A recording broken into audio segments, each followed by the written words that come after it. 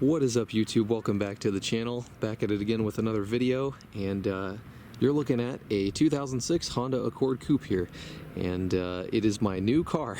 I bought another car.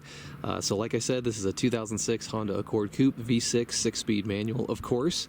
This was kind of out of the blue, kind of an impulse buy, but I'll explain kind of why in a second. But a lot of my friends, a lot of people know me on YouTube for having a 9th gen. I have a 2016 Accord Coupe 6.6 that I absolutely love. I've had it for a few years now, and I've been driving 9th gens for like 8 years now. And 3 of my friends have owned 7th gens, and they have told me more than on one occasion, Ryan, you got to get one of these. They're pretty sweet. So I've just been keeping my eye out on Facebook Marketplace over the past few months, and I stumbled across this one. Now, I got this car for $1,600, and that is because when I picked it up, it didn't run. I bought it from, like I said, a guy on Marketplace, and he said it wouldn't crank, wouldn't start, and he said there was something wrong with the clutch as well. But I got pretty lucky with it. So I went to go look at it. I've owned this car for about 3 weeks now, but back then I went to go look at it, and I decided to pull the trigger on it, even though it was a bit of a risk. Like I said, it didn't run at the time, but it looked to be okay. It wasn't quite as clean as this, and we'll get to that in a minute, but my friend only lived about 10 minutes away, and so we flat towed it to his house, and then we started looking into it. And I figured, well, the car's cheap enough that hopefully, the drivetrain is solid and it's just something simple. And as it turns out, it was. The only 2 things wrong with it was the starter solenoid wire was unplugged. So as soon as we plugged that in, it fired right up. And the clutch needed to be bled because the previous owner put a new master and slave cylinder on the car for some reason, but they didn't get all of the air out of it, and so it had a bunch of air in it. So all we had to do was just, like I said, bleed the clutch system with new brake fluid, and that was literally all this car needed to be a functioning automobile again. And so I got a pretty darn good score on this vehicle for that. When I got the car, it didn't look quite this clean. You could tell it hadn't been washed in a while. It was sitting, and so I wanted to tackle that eventually, but I decided to focus on the mechanical stuff first. But since we're looking at the outside of the car, I will talk about that first. Of course, this is white paint, and Hondas don't really have a huge track record for white paint, and so it had a bunch of like grease stains in it and such from people working on it, and just it hadn't been washed very often. And so what I did is, tip from my friend, I actually used a soft scrub, which is kind of like a bathroom cleaner and has bleach in it, and I used that to kind of wash the car, and that got all of the stains and stuff out of the white paint, so that worked really well. And then you might also notice that in the front here, I ended up changing the headlights. I just put a couple of Amazon special black housing headlights in there, but they look a lot better than the faded yellow ones that were on it when I got it. And that's really all I've done on the outside. And so, like I mentioned, I did the bleach scrub with the paint, and then I also used an acid cleaner on the wheels. You might notice that this car is actually on 8th gen Accord 17-inch wheels from like an EX sedan, but honestly they don't look bad on the car. They're not my favorite wheel design, but they fit the car pretty well, I think. But like I was saying, they had a ton of brake dust on them, and actually if I go up to the wheel here, you can actually tell, because I did not clean the barrels at all. You can kind of tell just how dirty they were, and so the whole outside of the wheel, especially like in here, was that dark brown color, and a regular soap job was not getting it. But I used an acid wheel cleaner on it, and that got them looking almost brand new, so I'm pretty happy with how that came out. So like I said, the car cleaned up really well on the outside. There is some peeling paint, of course. Like I said, Hondas and white paint don't really go together. So the paint is peeling in a couple spots on the roof. We got one here and on the other side. And so, the paint isn't perfect. And if we go to the back of the car, you can see it is also peeling around the trunk and the window, but that's pretty standard for Honda white paint. But overall, the car looks pretty good. And another thing that I was thinking about when I bought this car is I wanted the facelift, because I was never the biggest fan of these 7th gen Accords overall. They're not my favorite generation of Accord, but they have grown on me because, like I said, my friends have owned quite a few of them.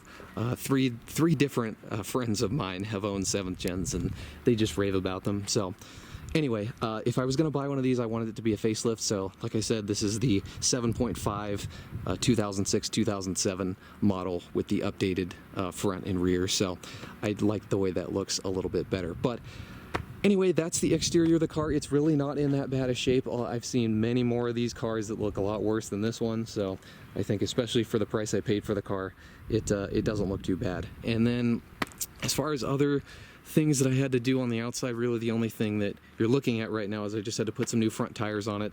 I went to Discount Tire and got a new set of front tires. These are their in-house Road Hugger, you know, GTP brand. They're very cheap tires. They were like 80 bucks a tire, but you know, I'm not going to put really expensive tires on a cheap car like this. So got those in the front and the rear. The ones in the rear are from 2023, and unfortunately they are out of round. This car had a pretty bad vibration when I picked it up, and you know, those tires, they're just kind of messed up. So I'm keeping them in the back, and that's doing okay for now, but I probably will end up replacing those tires at some point. But that's pretty much it for the outside of the car. I'll give you another good walk around of it just real quick, but like I said, it cleaned up really well. It was, like I mentioned before, that really it was not this clean when I picked it up, so it cleaned up pretty good. So rear end, I do like the taillights on these updated facelift models. They look a lot better than the pre-facelift with, I don't know, I just don't really care for the pre-facelift models too much in that respect. But the only other really bad ding on the car is just this scraping on the bumper, which I may touch up with touch-up paint at some point. I don't know. I haven't done anything about it right now because it doesn't really bother me all that much. But yeah, there you go. I added an Apple sticker because why not? Had it in the library, and then you can also see this peeling paint up here. But that's pretty much it for the exterior. Like I mentioned a few times now, it did clean up very well, so I am pretty happy with how it looks on the outside. But we're gonna go ahead and talk about the mechanical stuff because, of course, yeah, I got the car to run and drive, but it needed a few other things, so we'll talk about that next. Alright, so I got the hood popped now, and we're going to talk about some mechanical stuff that I did to the car, which really wasn't a whole lot. I was actually pretty surprised. So, first off, you know, these cars do use a 3-liter V6. That would be the J30A5. So, you know, 7th Gen still had the 3-liter. They bumped it up to a 3.2 in the Acura TLs of this similar year, which you can actually swap into these pretty easy. But then they increased it to the J35 for the 8th Gen. But like I mentioned, J30A5 engine here, these are very bulletproof. You know, it's a J series, but I think these are just even a little bit more bulletproof than the other J series variants. These seem to run forever. One of my friends has one of these, and that thing has seen so much abuse, and it has like similar mileage to this, a little over 200,000 on it, and it just keeps running. So very good engine. Of course, 6-speed manual transmission. I believe these are a little bit different than the ones in the 8th and 9th Gen, but it is a 6-speed, so there you have it. And we're going to talk about some mechanical stuff. This car, I believe I'm the 4th owner from what I can discern, but the original owner who bought this thing new had this car up until 2023. So there's only been a couple of years of it changing hands and subsequent neglect from that because, you know, that's just tend to be how it is with a cheap car. But if I'm looking at this engine bay correctly, you know, I noticed a few things right off the bat. First off, I noticed this radiator is brand new. You can see through the radiator fans, probably not too well for you guys, but you can see in there that those fins in this radiator looks pretty new, like within the past 2 or 3 years it's been changed. And then I also noticed that it does have new OEM Honda radiator hoses on it. If you see this like Y-Tech branding, that this is a OEM Honda hose, so that is nice to see. It doesn't have the OEM hose clamps. I don't really like these worm gear clamps, but it is what it is. If I'm looking around a little more, you can see that it does have a remanufactured OEM Honda starter on it, and it also does have a remanufactured OEM or sorry, that's an alternator. Got a remanufactured starter and an alternator, so there's that. So that is nice to see. I did have to put a new battery in it. Like I mentioned, the car was sitting for a while, not being driven, so the battery was flat. I got this battery actually at Walmart for about $100. It was half off because somebody returned it, but there's that. Let's see, what else did I have to do to it? I did a battery, I did an air filter, I put 2 tires on it, and the other bigger thing was I had to fix a power steering leak. So if we go down here, behind the engine here, I don't know how well you guys are going to see this, but deep down in there where the steering rack is, you can see that hose clamp right down there. That is a power steering return hose off the steering rack, and it kind of goes under the rear engine mount, kind of over to this area of the car. It's a rubber hose. That was leaking profusely. This thing had no power steering fluid in it when I picked it up, and it was whining quite a lot. So I did fix that and filled it up with Honda power steering fluid. The power steering pump also looks like it's been replaced. It looks not OEM. Yeah, you can see it's got a new sticker on it, but in general, the theme that I'm noticing with this car is for most of its life, it has been well maintained. It's got good bones. Something I also noticed with it is it does have new struts. You can see these are pretty new, and then while I was taking the wheels off, I noticed that they are factory Honda struts. They have the OEM labels on them, so those are probably, like I said, 2 or 3 years old. And then if we look at down here, you can see the timing belt was done as well. This is just a label, but I'm taking it, you know, at face value. So it was done in exactly 2 years ago, actually, at 223,000 miles. So this car has been well maintained. I've only put a little less than $1,000 into it with everything I've done to it, and that's including the tires and the alignment, which that was like $400 at that. So I do a lot of the work myself. One of the other things that it needed was just a throttle body clean. When I got it, this car was idling pretty rough. So I cleaned the throttle body and then idle relearn with my buddy's scan tool, and idle's pretty smooth now. And then one other thing I forgot to mention is the motor mounts have also been replaced. You can kind of see, it's kind of a crappy perspective, but those are new engine mounts. The paint on those looks too fresh to be old. So, you know, like I mentioned, this car was maintained well, and I didn't have to put a whole lot of money into it. And so I think I'm sitting right about $2,400 into it, including buying the car. So that's pretty cool. 24 to 26, I forget. So that's really it.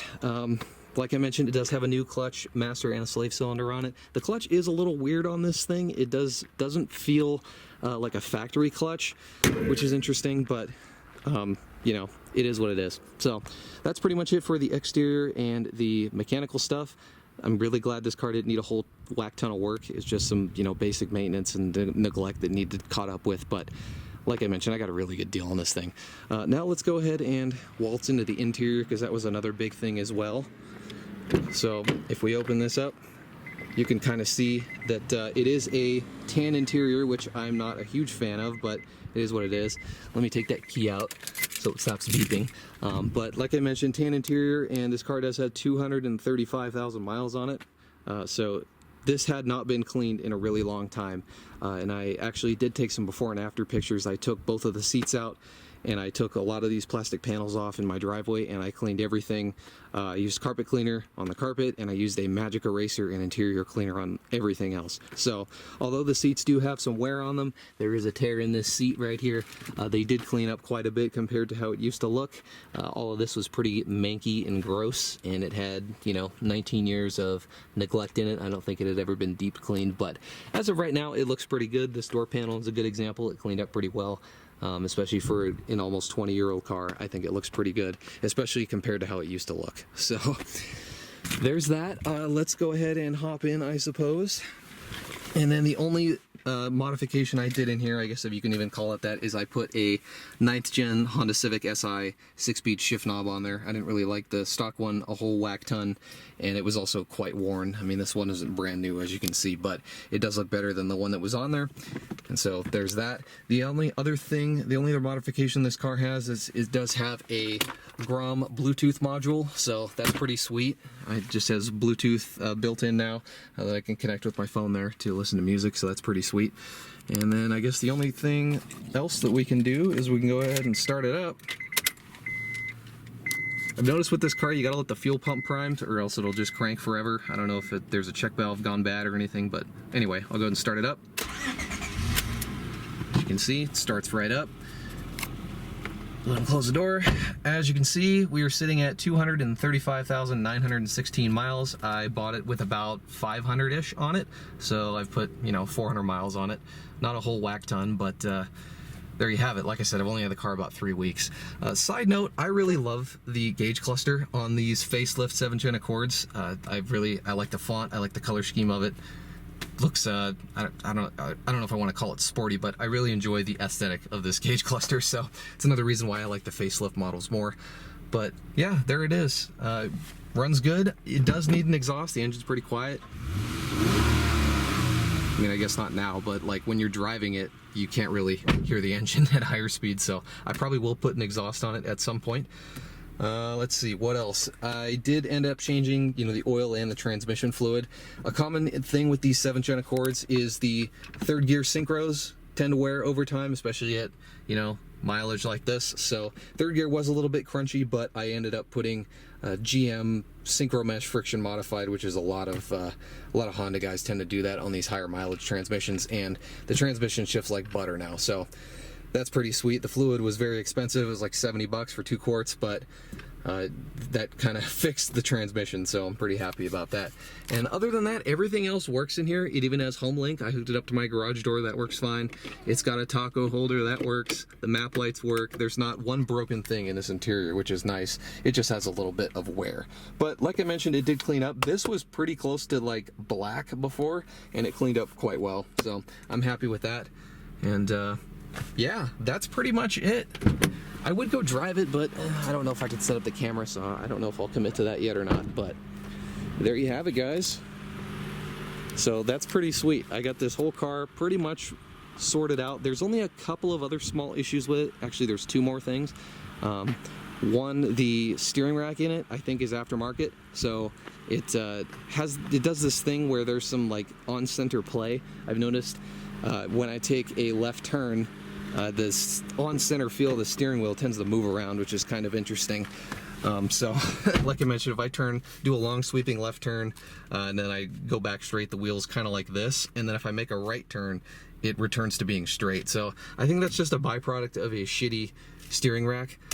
So, oh well. The steering rack is quite a big job to do. You have to drop the subframe, and it's also quite expensive. And I don't even think Honda sells the $800-900 OEM steering rack for it anymore. So yeah, I'm gonna kick that can down the road a little bit. And then I also do think it needs CV axles. I noticed it has some vibration under acceleration specifically. So those are things that I'll probably address later down the line, but for right now, the car I think is more than good enough, and I'm just gonna drive it for now. But there it is, guys. That's the intro video on my $1,600 7th gen Accord.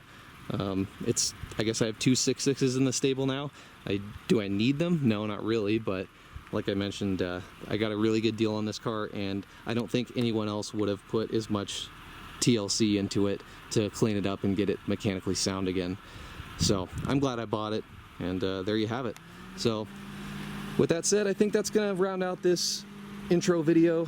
I don't think I'm gonna go drive it. It is what it is, but you guys can use your imagination. It's the 7th gen Honda Accord. It's nothing too special. So there you have it, guys. I'd like to thank you guys for watching this video, and I'll catch you in the next one.